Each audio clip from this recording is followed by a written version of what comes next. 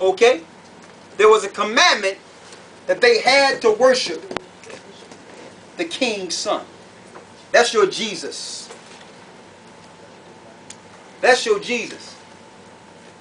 Okay? Read on. Come on. Whom men could not honor in presence. Why they couldn't honor him in presence? This dude was known as a poisoner. There was no honor in a poisoner. This dude slept with his sister Lucretia that's in the Last Supper thing twice. She's here and she's here. He slept with his own sister. He's in the image 3 times. So this is not the Last Supper, okay? This is not the Last Supper. These are Spaniards eating abominations.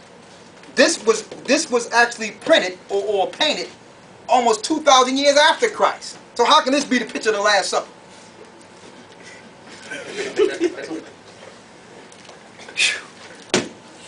Read on.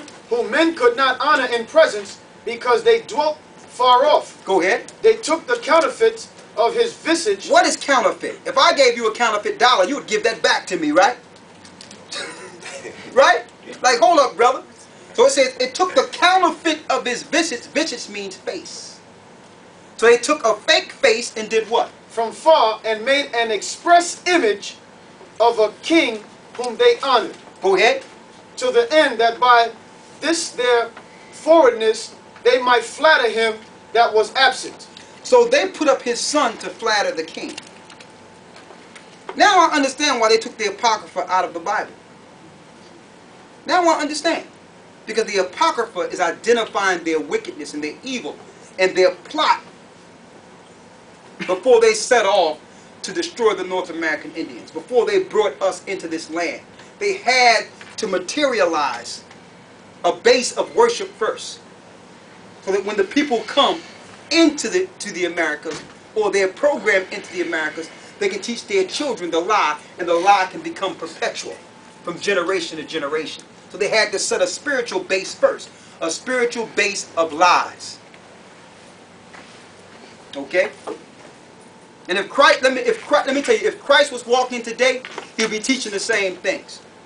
Truth. People are like, well, Christ taught love.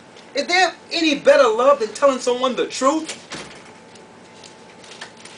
That's the best love. Don't lie to me. Tell me the truth. It may hurt, but at least give it to me. It may hurt, but tell the people the truth. Read on. Verse 17 to end. Go to the 21st verse. Verse 21. And this was an occasion to deceive the world. And this was an occasion to do what? Deceive the world. To deceive the whole world. Okay? So don't get mad at us because the Lord gave us the information to free His people. We're not your problem. Your established governments and your established preachers and churches are the problem.